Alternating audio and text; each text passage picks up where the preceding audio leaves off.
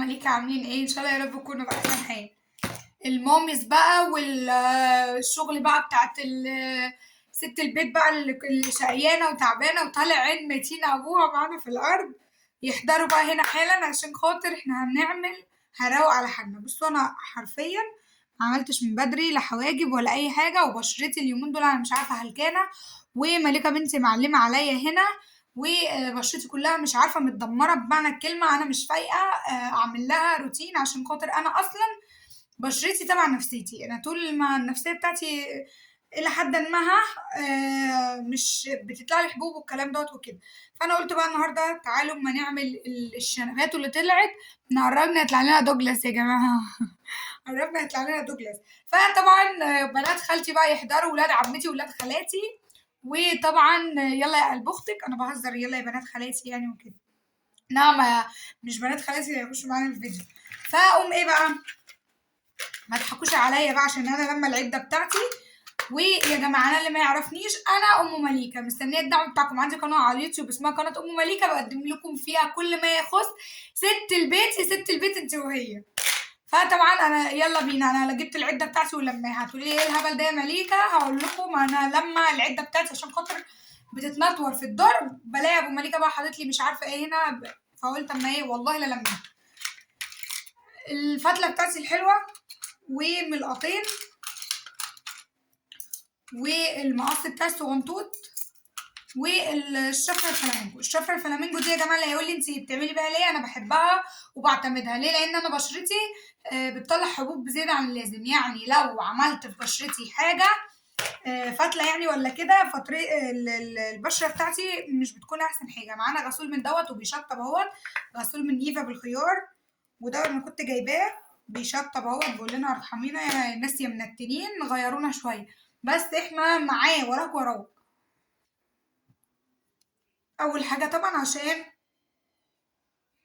قبل ما تعملي اي حاجه ببشرتك لازم تكون بشرتك نظيفه. وانا هننجز مع بعض عشان انا لسه واكله اندومي ولسه واكله شيبسي، وانا كده بالنسبه لي العشاء تمام.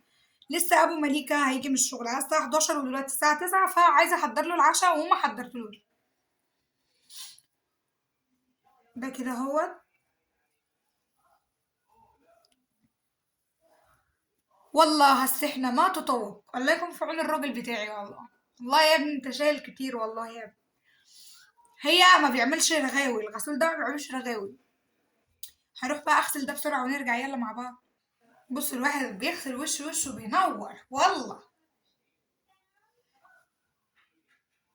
احنا بلا فلتر، احنا ناس بلا فلتر.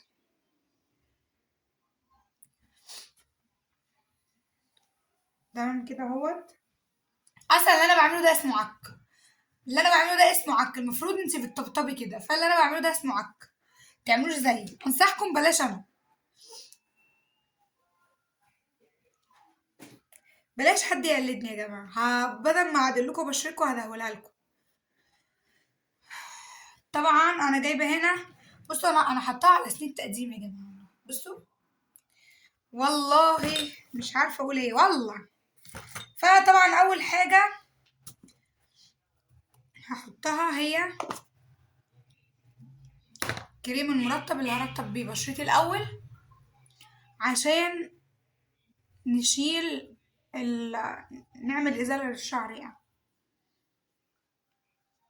والروتين ده انا بحب امشي عليه كل اسبوع، بعمله كده عشان طبعا الشفرة بتبقى غير الفتلة، وعشان برضك انا واحدة بشتغل يعني بنزل شغل وفي ناس بتشوفني والكلام دوت وكده، فعلى طول يعني بحب اهتم يعني ايه بوشي وكده. بس اليومين دول ما عندناش اهتمام يا جماعة، اليومين دول احنا في حالة غير الحال، ربنا اللي عالم بالواحد. اول حاجة بقى نشيل الشنوب هنا الاول. فال ما نشيلش الجزء اللي هنا يا جماعة بالشيفنج مش حلو. لو هتعملي اعملي فتلة، انا بعمل هنا وهنا بالفتلة، انما بقية الوش عادي بالشيفنج. وانا بعمل اهوت. انا اصلا انا نفسي افتح كوافير، فادعولي كده ربنا يرزق ويكرم ان شاء الله وافتح كوافير. نفسي قوي افتح كوافير لان انا ليا جدا في المكياج، قولوا لي لو عايزين اعمل لكم استروهات اللي هي الميك اب، عرفوني انا اعملها لكم. حاضر، العين زي قبل العين ديت، فيلا. لا الواحد احنا كستات بنتألم والله.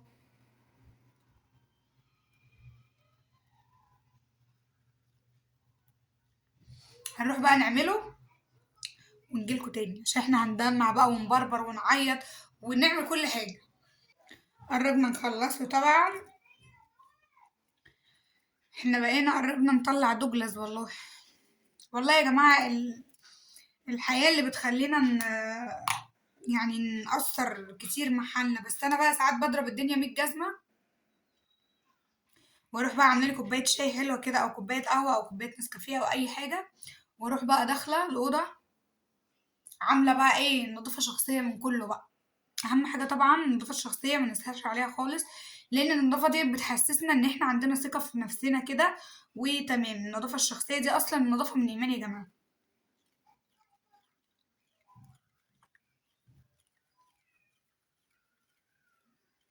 انا جبت البشرتي مضاد حيوي عشان خاطر بخليه هنا يعني على طول.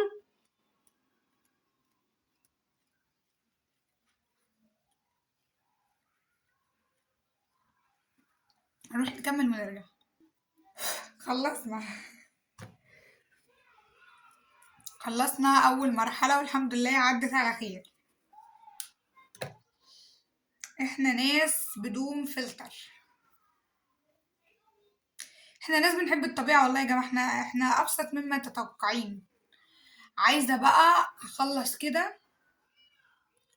وطبعا بعد ما بخلص بقى انا بعمل الروتين الاسبوع ده كده، بروح جايه طبعا نقع رجلي في شويه ميه بملح، بخلي كده ميه سخنه بشويه شاور، وامسكها بقى ايه دعك بقى عشان خاطر ايه نعمل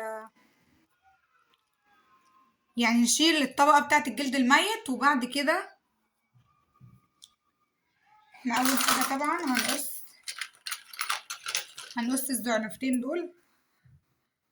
محدش يضحك عليا وليه انت وهي اهم. انا مش شايفه هنا، لو قطعت حاجه هزعلكوا، راح اقطع هناك واجي. وطبعا قطعنا الزعنفتين. وطبعا انا عندي رسمة حاجب وحاجب، يعني عندي رسمة كاملة، ومن هنا تحس ان هي متاكلة. انا لسه ما عملتش اي حاجة في بشرتي. يا لهوي يا جدعان، انا بشرتي متدهولة حرفيا بمعنى الكلمة متدهولة. هروح بقى بنعمل القورة بتاعتنا برضو. بحب اعملها برضك بالفتلة اوي. وطبعا هشيل بقى الشعر الزيادة اللي هنا عشان انا مش شايفة. ونبقى نرجع بقى. وبعد كده طبعا شلت الزيادات اللي هنا كلها عندي، شلتها كده تمام.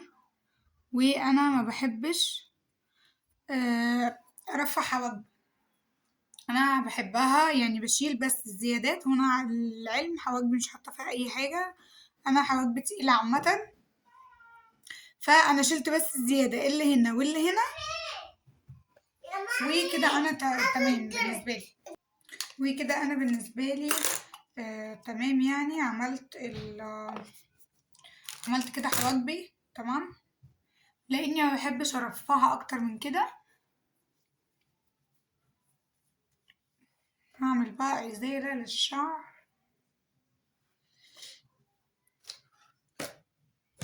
والله بجد تحس ان الواحد وشه بينور بيلعلع.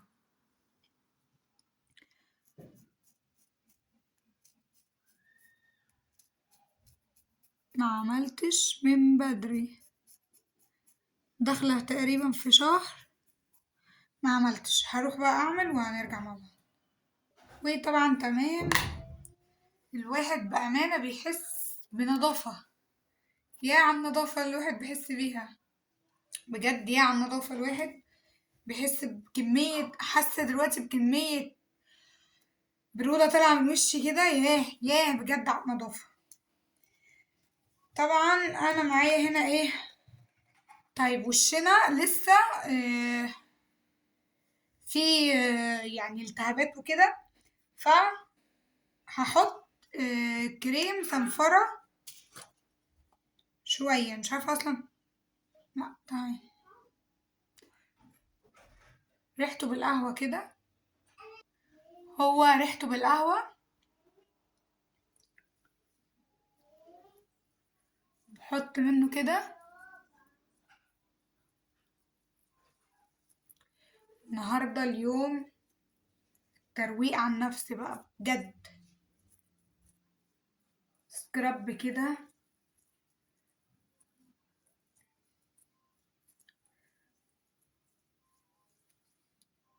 حلو اوي السكراب دوت للجسم برضو.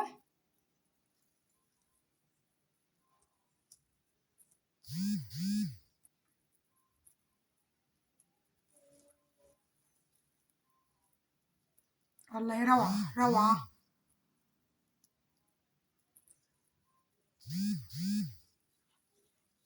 بص الواحد بجد لما بينضف حواجبه كده يا سلام.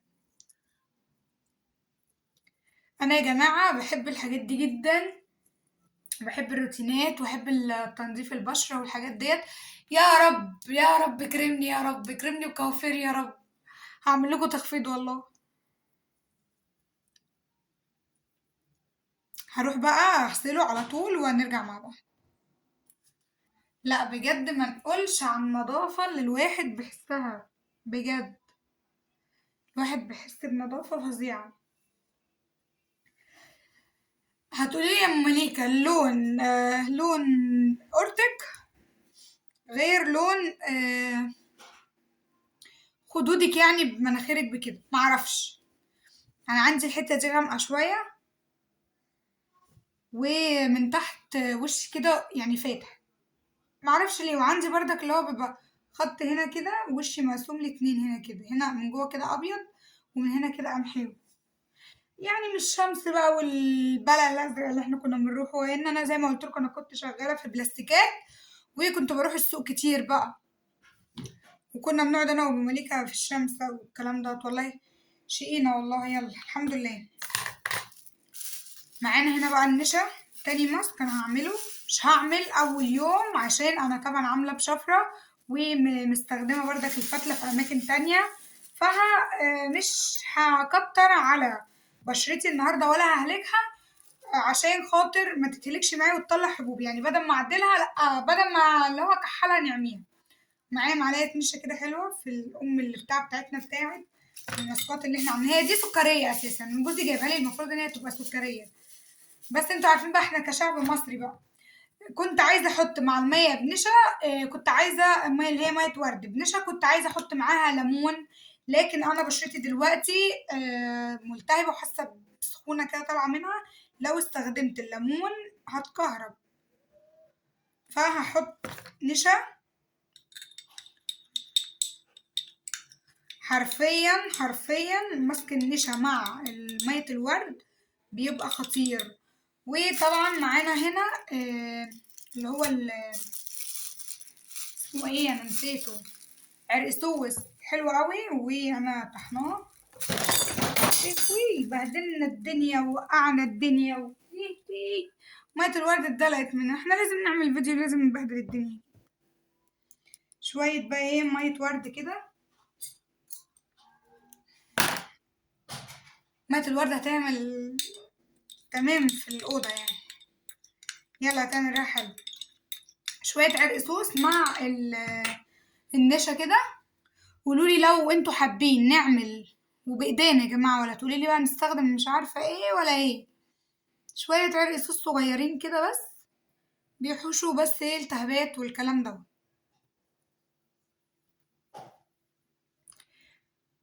لو في قهوة حطي مع النشا والمية الورد، بيبقى ماسك جبار. بس للأسف أنا مش متوفر معايا قهوة دلوقتي،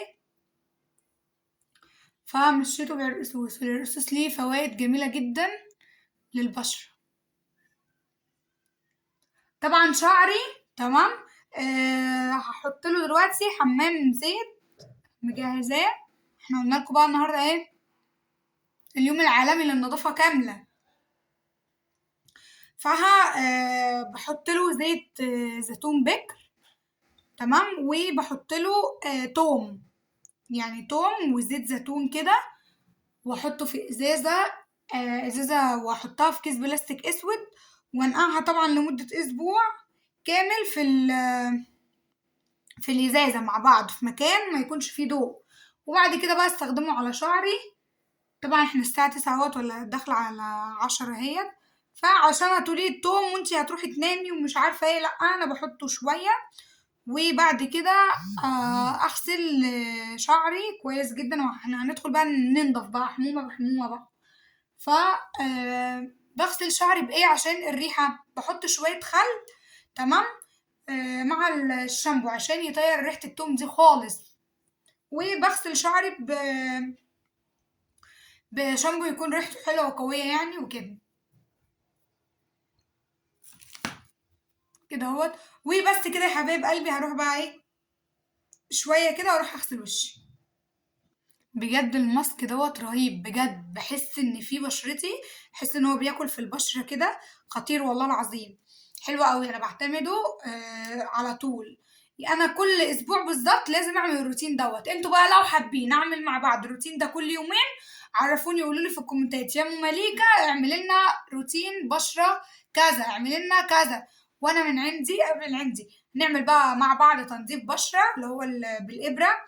وعندي المكنه بتاعه الدهون بتاعه المناخير. وطبعا انا ما عنديش جهاز اللي هو البخار، فبعمل في طبق عادي، الجيش قالك اتصرف، فبعمله في طبق بيكون فيه ميه سخنه وشويه نعناع او قرنفل، وبحط بشرتي فيه بقى، ونطلع الجلغ بقى ونطلع البلا الازرق اللي على جسمنا ده. وطبعا انا بعد ما بخلص تمام، بعد ما بخلص في حاجه داخله في عيني مش عارفه ايه هي. بعد ما بخلص ازالة الشعر والكلام دوت، عندي زيت السعد، بعتمد جدا جدا جدا بحبه. بعد ما بخلص بحطه على بشرتي لمدة 3 ايام ورا بعض متواصلين، عشان خاطر هو بقلل من نسبة الشعر في الجسم. فطبعا انا بحطه في البيكيني اندر ارم، الحاجات ديت بيقلل معايا نمو الشعر جدا جدا. كل مدى عن مدى انا متواظبه معاه بقالي 4 شهور، في ال4 شهور دول الشعر اللي بقى بيطلع مش زي اول مره او تاني مره او تالت مره، كل مره عمال بيخف. والزيت دوت حلو جدا، اسمه زيت السعد. بحط منه، هي بعد ما ازاله الشعر لمده 3 ايام متواصلين، هي مره واحده بس في اليوم. وبيبقى حلو يعني بيبقى حلو، بس انتي ما تجربيش وانتي طالعه تحطيه، عشان خاطر ريحته بتبقى قويه، وريحته بتبقى عامله زي الماده اللي احنا بنرشها للصراصير او حاجه زي كده. هروح بقى اغسل بشرتي عشان بقالي كده 10 دقايق حطاه. هروح اغسل بشرتي ونرجع مع بعض. بصوا زي ما انا بقول لكم والله بجد، الله على الجمال. بصوا البشره بجد بجد، يعني بحس ان البشره بتتنفس حرفيا. انا كده ايه خلصت تمام. قطنا بقى يا حبيبة قلبي. وطبعا بعد طبعا ما نشفنا وشنا كده كويس تمام، انا كده خلصت. قطنا بقى تمام، انا بلاها اهيت من المية الورد، وبمسح بيها بشرتي كويس قوي عشان تقفل لي المسامات بتاعة البشرة كده اهو. تقفلي بقى مسامات البشرة كده، وتعالج لنا الشهر اللي احنا ما قدرناش نعمل فيه اي حاجة. واظبوا يا جماعة كده على الروتين دوت، والله بشرتكم بتبقى خطيرة. انا لما بواظب على الروتين دوت بلاقي بشرتي صافية.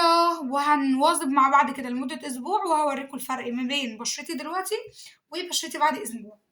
وانا بستخدم كريم اسمه كريم اكراتين، بس لو انت حامل او بترضعي بلاش. انا بستخدمه حلو قوي قوي قوي، اكراتين نص. بحطه قبل النوم مع مرطب بخففه. بس انا بقالي شويه بامانه عشان ما اكدبش عليكم، مش مواظبه عليه عشان خاطر انا تعبانه، فما بحطوش. وبكده يا اخواتي بشرتنا كده بقت تمام، وانا كده خلصت. هنروح بقى اعمل روتين لشعري واروح استحمى، عشان كده يبقى اليوم بتاعي كده تمام وفي سلام. وانا كده خلصت معاكم روتين البشرة، عملت وشي وعملت حواجبي وعملنا ماسكين كده مع بعض وتمام. ايديكم طبعا ما تنسوهاش، بس انا عشان شغالة في التليفون مش كل شوية هفضل احط ايدي عليه وابوظه. فانا كده بالنسبة لي الروتين بتاعي كده انتهى. واشوفكم ان شاء الله في الفيديو الجاي مع فيديوهات ام مليكة. انتوا وحشتوني وانا بحبكم، ويا رب يا رب يا رب يسعد قلبكم يا رب، ويكرمكم يا رب من حيث لا تحتسبوا. ما تنسوش المتابعة واللايكات وكومنت حلو من كومنتاتكم عشان يوصل لكم طبعا كل جديد من ام مليكة. وباي.